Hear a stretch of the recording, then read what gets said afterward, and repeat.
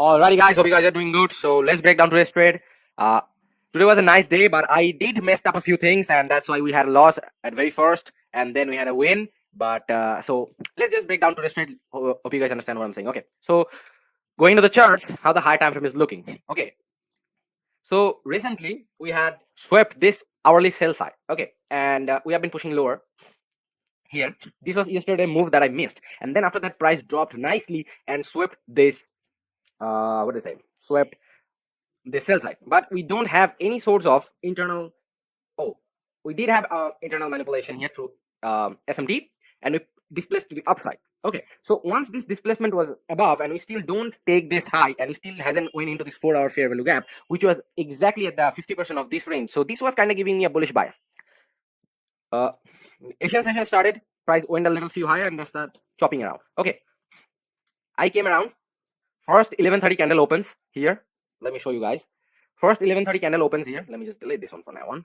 First 11:30 candle opens, we push to the downside. Okay, so I was thinking of price might take out these equal liquidities here and then kind of push to the upside. I was waiting for displacement to actually tell me the story. So then I see 5-minute displace higher like this, creating a fair value gap. So I went to 1 minute, and here as you can see, our model was perfectly fine. We swept internal here into that 5-minute order block. We swept internal displacement to the upside. We created fair value gap. We had a IFBGs here as well, as you can see. Exactly, we kind of break through. We displaced through this fair value gap. So everything that's in the model is perfectly aligned alongside with our low hanging fruit, means our target. This is the upmost target. This is where you have to go. I don't know about you're gonna go into this fair value gap or not. I don't know this buy side will be taken or not, but this 1 hour high have to be taken. So what I did once this was done, I actually was like here. This breaker block, actually, if you guys see, I was actually trying to get into this breaker block here, and my SL was like this. So I didn't fill in at the first place. I was trying to take full, like once this buy stop get it, I was planning to book my full size, which like you can see, we could have easily get a 2.7 hour trade. Okay, but we didn't fill in and we pushed to the upside, and then kinda didn't retrace much, and once we get this much close, it doesn't make any sense for me to take the trade at the first place. Once this buy side was swept, now I'm sitting down on my hands watching what's happening. Okay, we are pretty much close, so I'm pretty much ready to take, like, see something like this. We push it down, we go into this fair value gap, take out this, and we push to the downside. But instead of that, as you can see, price just swept that buy side, internal buy side, from the 15-minute and displaced lower. See, we displaced lower. So once we started displacing, I had an idea. Okay, price might go in a different way. Like London session might not go here. What you can do after London session open, we can go lower, mitigate into this order block and this fair value gap, and then finally go higher. Okay, so this kind of was this kind of changed my bias. Like from here to, I want to see, like, if this displacement get respect. Let's say we displaced here, and I want to see, like, if here we get respected and pushed to the downside, we show lower time frame displacement, I can definitely look for sell. We had a equal high sell side here, and from that initial from this initial manipulation, our projection was telling me this exactly. See, minus 2 standard deviation, we had equal low here. So I thought this must be the drawn on liquidity if we show the displacement in lower time frame. Okay, so what happened exactly? I wait, price came here, took out this displacement lower, displaced lower. As you can see, price displaced lower. There was no fair value gap that in the 5-minute that price was breaking through, but in 1 minute there was fair value gap. See, we break through this fair value gap. There was no fair value gap, but here there was one that we break through and nicely displaced lower. So I entered here. Exactly, my stop was here. Okay, now this is the thing that you should be remembering whenever using this model, which is, if there is any equal high, like what I'm looking to sell, this model, internal swap, IFBG, break of structure, displacement, everything into the place. But look what we have above. We have the consolidation. So above this is buy side liquidity. We have equal highs here. We have equal highs here. Bunch of equal highs here. So this is the thing that I also backtested and found out, that if there is any equal highs and equal lows, when your model is ready, wait for that equal highs and equal lows to get mitigated in the first place. Now, if there is equal high here, it doesn't make any sense. But look, we just did the model and we have so close. The equal highs are so close to our model. So in this case, you should always wait for further confirmation. Maximum of the, if it's 2 above, like if the equal high was here, it doesn't make any sense for us to go that high. But because this is so close, you should wait for further confirmation. Maximum of the time, you're gonna see these equal highs get mitigated. Okay, I entered. I actually didn't like notice that there was equal highs. I entered and I see instead of kind of going through, price was pushing to the upside. Okay, one thing that I can also do, if you notice this and you have a fair value gap like this, you wait for a further break of structure here, wait for more displacement to show you that okay, we might not go. So what I mean by when these sorts of scenarios occur, always patiently wait and wait for further confirmation. Wait for more structure to come and validate your bias. Like let the structure tell you that okay, we don't have any intention of going there. Okay, so and then is the catch. Today's emotion was a little bit too much for me. What I'm meaning by that, once I into the trade, I hit a stop loss of $7. Sorry, $5. And because of the spread, man, this thing is killing me. In USD CHF, Maven have 1 pip solid stop loss. Solid 1 pip, man. Look at this. What is my stop loss? It's 2.9 pips. And they're literally giving me a 1 pip stop loss. That means even if the price, let's say price went here and kind of came into a direction. Look, I'm out. I'm already literally out. When this candle actually came here, I'm out of the trade before. So the spread is solid 1 pips. Solid 1 pip. And that's the problem because I don't actually like, I don't trade in the higher time frame. This is my way of doing. So the spread is kind of causing me a problem for that. Since day one, I was having problem. I had to change my initial stop loss up and down to actually be in the position. Today, I took a loss of $12 from that $5. $7 extra loss I took today. What I was doing when the spread was here, I was confident. Although I didn't watch this like there was equal highs, but I was confident about okay, everything is out place. Our model played out perfectly. Like we are right. So what I did, I put my stop loss even higher. Price didn't went into my stop loss, but the spread kinda fucked me out, and that kind of man, emotional changes. Like I started feeling sad, anger came in, like fuck off, man. And then I take some time. Then I really took some time and like okay, this is happening. This have to happen. This is the way of doing. You have to understand that this is the way of trading. Okay, so like you have to have losses. Scenarios like this will occur, so you cannot. So what I was also trying to do, I gotta say it really. Once I had like emotional, I also writing down my emotion. Like I'm writing it down and convincing myself every second that don't do this. Don't let the emotion go hype on you. Control it. Okay, and like if you can control it, this is the way of becoming a good trader, right? You have to have emotional control. You have to follow your rules. I followed everything. Now, even though it's a loss, but still control your emotion. I was having a little bit of problem doing it, so I'm mentioning it to you guys. So make sure you guys don't have, like I'm saying, you guys please don't do it because I'm feeling it. Like I just felt it a few hours ago, and that's why I'm telling it to you guys. Control it, man. Okay, try to like have a pen or paper like this, like me. What I do, like write down what kind of emotions you are having. Right, write down what kind of emotions you're having, and tell yourself like you cannot do it. This is a single loss. You have a long way to go, right? So I was kind of convincing these things to myself, and then I waited for more structure. And then like I still was thinking like there was a fair value gap and order block, so I was still kind of thinking like okay, price still have a chance of pushing to the upside from here, right? But I was kind of 50-50. Like I was thinking okay, this could be the draw, then you can put internal swing and push to the outside. There was equal low at near the standard deviation, so it was kind of giving me more, and like I was like okay, we might go here. So I was 50-50 around here. Okay, so then I waited for more. Once this one swept, the best thing is I found out that even though it was swept, I convinced myself to stay put, and then I analyzed it again, and now I exactly took the perfect entry. Let me show you guys here. So what happened? I was waiting for more structure to come in. I went to 5 minutes. I was waiting for displacement. We sweep. We have this massive candle go and directly like look at this candle. We just did this. Okay, we still protecting this fair value gap here as well. Now I was waiting for a 5-minute displacement. You see, single candle came up and literally fuck through this price action. There were some fair value gaps as well, I guess. Today was less fair value gaps. The price was the weeks were too much today. Okay, we had this fair value gap that we broke through. Okay, I was waiting for the 5-minute proper close. Here the 5-minute opens, we close here. Okay, now you can literally see that we are displacing. The 5-minute candle displaced, and the 1 minute was also kind of not having that kind of displacement, but it was having a nice down move, right? Then it confirmed, okay, I'm going down. Once this closed below this candle, I was ready to take the trade. Why did I enter? I actually entered. This is our inversion fair value gap, and we had our order block here, so I can enter around here, maybe here somewhere. And my stop was above this line. This time I didn't move my stop. I was like, fuck off. What I did, I lowered my size a little bit. Okay, because I was like, I literally lose $7 extra today. That literally doesn't make any sense for me.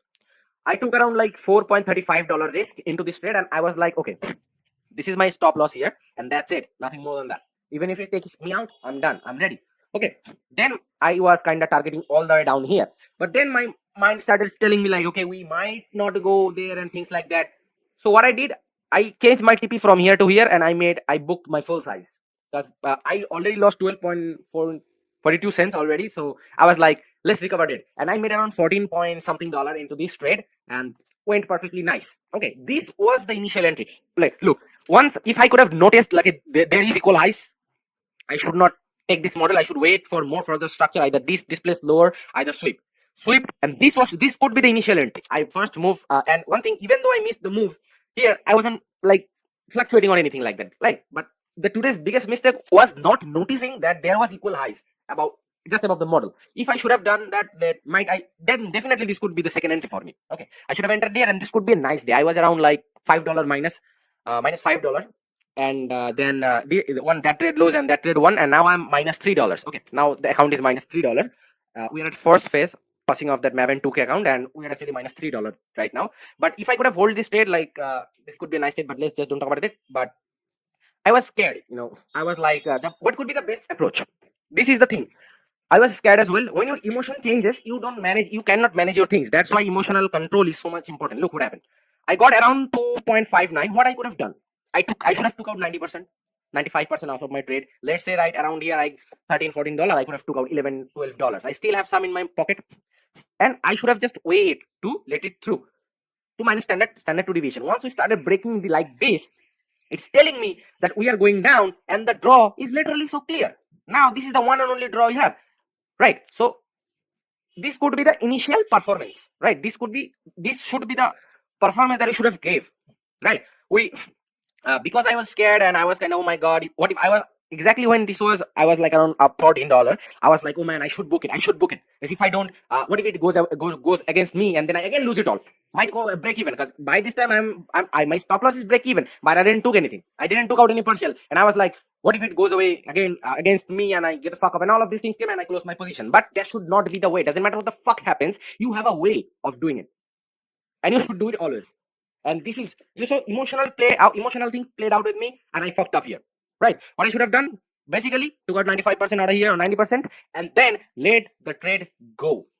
Or even if I was having a higher conviction, let's say I was having 50-50, then definitely I should have taken out 90% out of this trade and then let it flow. I still have some running, and I still could have made some nice. This low, 5.3 year trade, and I'm done, right? Because of the emotional thing played out with me, so I wasn't actually able to manage my trade. So this is a very, very key lesson today, that things like this will happen. Accidents, not seeing something causing loss, ignoring something causing loss. But when it happens, stop loss changes. Today's biggest problem was changing my stop loss. Okay, I'm done. I only lost $5. I actually, like, instead of, while I changed my stop loss, instead of $5, I lost $12. It might looking pretty low now, but let's just forget about the money thing, right? So never, you should always, one thing that I want to say, that you should always put your stop loss where price don't have a chance to go there. If price go there, that means there's something wrong. And you should always accept that stop loss and let it flow, let it go. What I did, I didn't accept that. I moved my stop loss higher. The spread took me out. Instead of $5, I lose $12, and then this trade played out. Okay, so these two problems, first was this, and second was this emotional problem. Because of this emotional tweak into me, I wasn't actually able to manage my trade. So two key lessons for the, no matter what the fuck happens, always put your stop loss where it should be, and if it get hits, done, man. Wait for further confirmation to enter, or just call it a day. Second thing, emotion control is the key.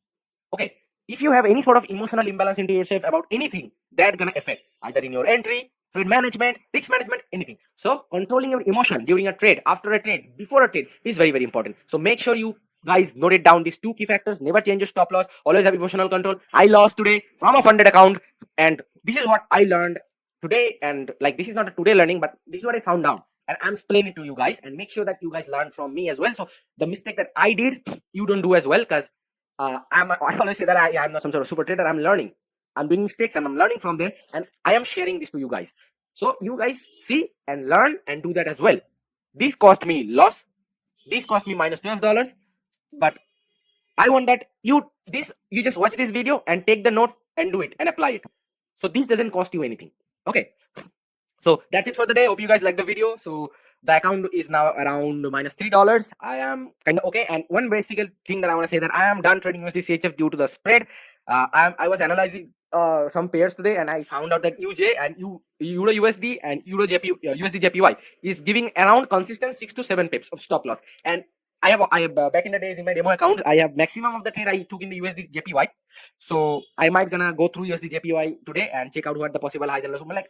It's been a long time that I'm trading USD CHF, so I have a little bit of idea always coming into the day. I have some idea where price might can go. So I'm gonna do that analyzation in the USD JPY because the spread is I'm done with the spread. Okay, one pip in USD CHF is too much, like 0.5 or 0.67. It's okay, but it's consistently one pip, consistently, not it's not going down. It's consistently one pip. And in UJ and EU, like Euro USD, they're having around 6 to 7, 6 to 7. It's not high. I think in the New York session, they go in UJ, it's going around one pip, but in UJ, it's okay because I have seen like in UJ, my usual stop loss is around 5. It's over 5, 6, 7, sometimes 10 pips. So that's applicable. But in USD CHF, I don't think it's too much, brother. I really think it's too much. So I'm gonna analyze Euro USD and USD JPY today, and we'll have the bias for tomorrow and things like that. But I'm done trading USD CHF because the spread is killing me. Okay, literally the spread is killing me. So because even if I changed my stop loss, I still wouldn't get out.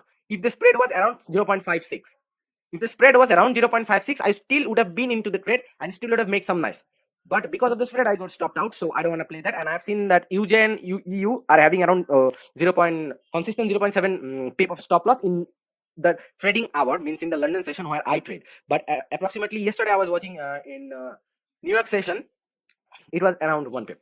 But that's okay. But Euro USD was around 1 plus 1 or 1.2 pips. So you cannot trade like if you're trading like me, Euro USD, USD CHF, New York session 1.2, man, fuck off. USD CHF was also like I seen 1.3 pips stop spread. Fuck off, man. That didn't make any sense in the New York session. So I am either trading Euro USD or USD JPY from tomorrow. I'm gonna make a few analyzation today, and that's it. So that's it for the day. Hope you guys like the video, and make sure to subscribe my channel and be a part of my journey so we can learn together and we can grow together. Bye bye.